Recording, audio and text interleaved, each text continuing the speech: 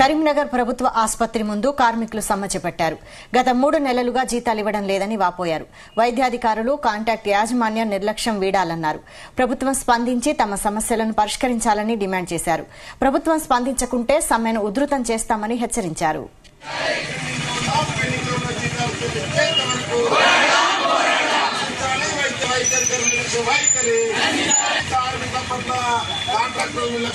ప్రభుత్వ హాస్పిటల్లో sanitation, patient care, security guards దాదాపు 250 నుంచి 60 మంది కార్మికులు పనిచేస్తున్నారు.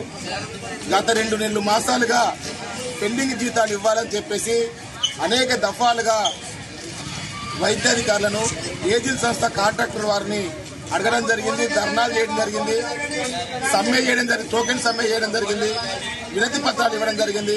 అయినా కూడా పెండింగ్ జీతాలు ఇవ్వడంలో అధికారులు, కాంట్రాక్టర్లు నిర్లక్ష్యం చేయడం వల్లనే చివరికి మేము హైదరాబాద్ లోని వైద్య విద్యా సంచాలకులు డిఎంఈ డాక్టర్ వాణి గారిని కూడా కలవడం జరిగింది. జీతాల మీద దరఖాస్తు ఇవ్వడం జరిగింది. 2 రోజుల్లో జీతాలు వస్తాయని చెప్పారు. మేము జూలై 10వ తారీఖు నాడు పెండింగ్ జీతాలు ఇవ్వాలని చెప్పేసి, అదేవిధంగా కార్మికులందరికీ గుర్తింపు కార్డులు, ఐడి కార్డులు ఇవ్వాలని, పెండింగ్ పిఎఫ్ డబ్బులు కార్మికుల ఖాతాలో జమ చేయాలని, అదేవిధంగా ఇతర ఈఎస్ఐ సౌకర్యం కల్పించాలని, ఉద్యోగ భద్రత కల్పించాలని, ఇట్లాంటి అనేక అంశాల మీద సమ్మె నోటీస్ ఇవ్వడం జరిగింది. సమ్మె నోటీస్ ఇచ్చిన తర్వాత 24వ తారీఖు నాడు సమ్మెలోకి పోతామని చెప్పినాం.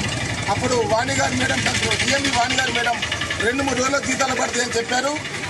అడగపోవడంతో విద్యాధికారులు, కాంట్రాక్టర్ల యొక్క నిర్లక్ష్య ఫలితంగా, వాళ్ళు చేసిన పొరపాట్ల ఫలితంగా ఈరోజు కార్మికులు 250 మంది కార్మికులు సమ్మెలోకి రావడం జరిగింది. నిన్నడుస్తుంది మొత్తం జిల్లా ప్రభుత్వ హాస్పిటల్ ఉన్నటువంటి కార్మికులందరూ కూడా ఈరోజు సమ్మెలో కొనసాగుతూ ఉన్నారు.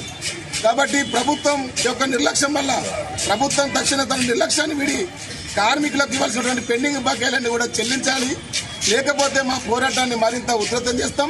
కార్మికుల పట్ల వివక్ష తగదు. మేము ఒకటే రేవంత్ రెడ్డి సర్కారు విజ్ఞప్తి చేస్తా ఉన్నాం. అయ్యా, ఈ రాష్ట్రంలో కాంట్రాక్ట్ వ్యవస్థ ఉండొద్దని చెప్పేసి మీరు చెప్పారు. ఈ గుత్తేదారులు ఉండొద్దని చెప్పారు.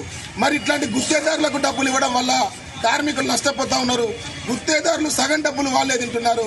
కాబట్టి ఈ గుత్తేదారు వ్యవస్థ, కాంట్రాక్ట్ వ్యవస్థ రద్దు చేయండి.